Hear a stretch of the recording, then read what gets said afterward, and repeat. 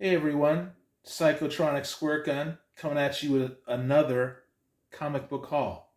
So yeah, um, Dollar Bin Diver and me, we ended up trading. I gave him a few Donny Cates Venom, and he gave me a whole stack of comics, and that's pretty cool, man.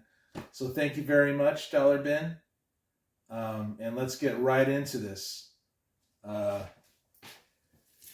Yeah, so this is going to be a two-parter because I like to keep these relatively short. All right, so first up from Dollar Bin Diver was Amazing Spider-Man #1, Civil War 2. Civil War 2, kind of okay, but that cover's pretty cool. Um, Spider-Man, the Mysterio Manifesto #2. This looks interesting. Haven't read that. Peter Parker 27, which is volume 2, I believe. I remember that one. That one's a total beater reader copy, but I like getting the readers, and then I just slowly upgrade as I go. I like going for the story first, and I do love my Spider-Man. Sensational Spider-Man #7. This is, I believe that's Ben Reilly. The art's kind of chunky, but it's pretty cool. Spider-Man 38. Electro Hates.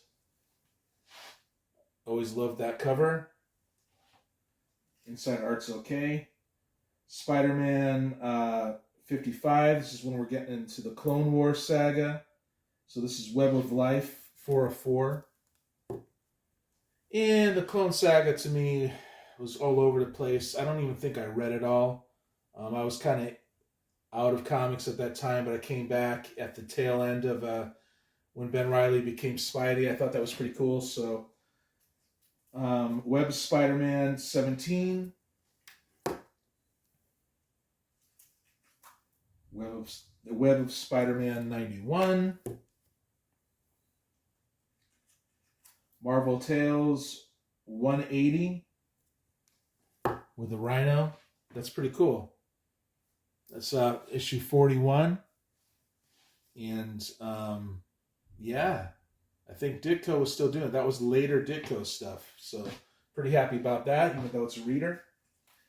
Spectacular Spider-Man 199. J.M. DeMatteis and Sal Buscema. I remember this stuff. I liked it a lot. Harry Osborn was the Green Goblin at that time. This is the issue before Harry dies, quote unquote, because you know how death in comics go. Spectacular Spider-Man 204. Tombstone, I always liked him. Spectacular Spider-Man 214. Okay, now we're going to move into some Daredevil. It's going to be post Frank Miller stuff, but it's a lot of cool stuff. Daredevil 242. Pretty cool cover. Daredevil 267. And we're going to open up this one. I do like opening them and showing them to people. It's important to see what it looks like inside. This is John Romita Jr., and the inks are really good. When someone inks him, it's always so freaking awesome. When they ink him really good.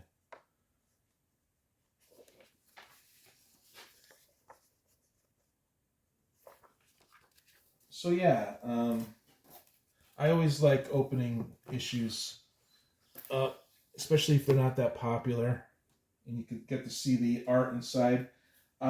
Daredevil 296.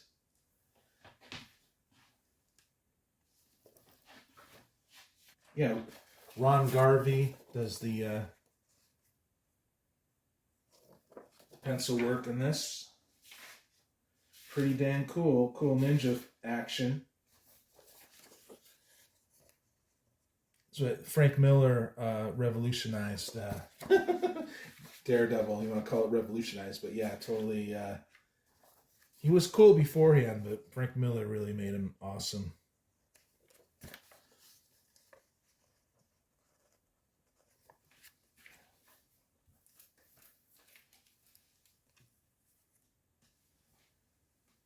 And 300.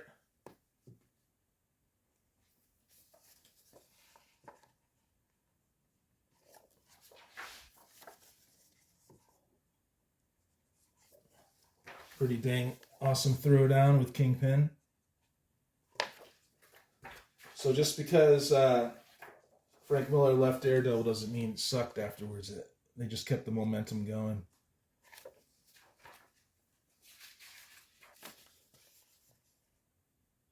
Anyway, there's that. So 300. That's Lee Weeks did that. 302. We'll open up this one too.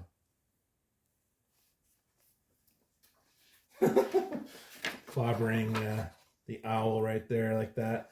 I love the owl from the Spectacular Spider-Man old stories where him and Doc Ock hurt Black Cat. Doc Ock and Owl were fighting, and we're having a gang war rather. So yeah, Daredevil is fun to look at and read. We'll stop it there. 302. 307. Looks like Tombstone there. 314. Pretty cool cover.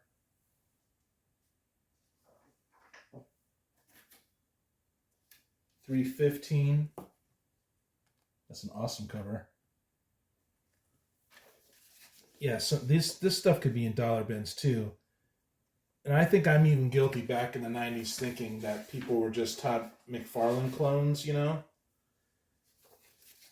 Or Jim Lee clones, but who cares, man? These guys put in a lot of work to make this stuff beautiful and fun to read. You know, so if you see these in the cheap bins, just don't sleep on them. Just grab them. 326. 328. Pretty cool, weird, future science looking thing. 335. Always like this character here. 337.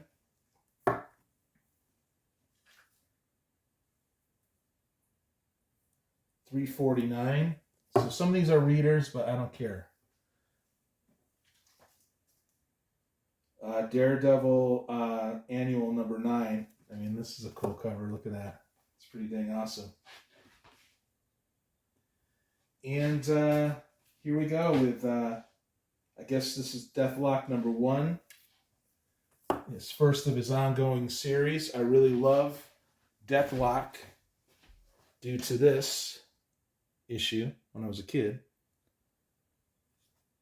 Really was introduced to an interesting character. And Mike Zeck's pencils were so awesome in that. So now that's like embedded in my brain that Deathlock is awesome, you know? And Astonishing Tales 26, which is the second appearance of Deathlock. So thank you, Dollar Bin Diver. This is part 1. We're going to do part 2 on Thursday. I'm going to stop doing these twice a week, I promise. It's a lot of time for me to do these. But anyway, you guys, thank you so much for watching this. I really appreciate it. I appreciate all the comments, and I appreciate everyone being cool to me. And yeah, I'll see you on the next one. Also, check out my other videos if you like this one, because they're all similar. And go in the description, please, and check out just a few other channels that are similar to mine, but better. Their videos are timeless. Anyway, I'll talk to you later.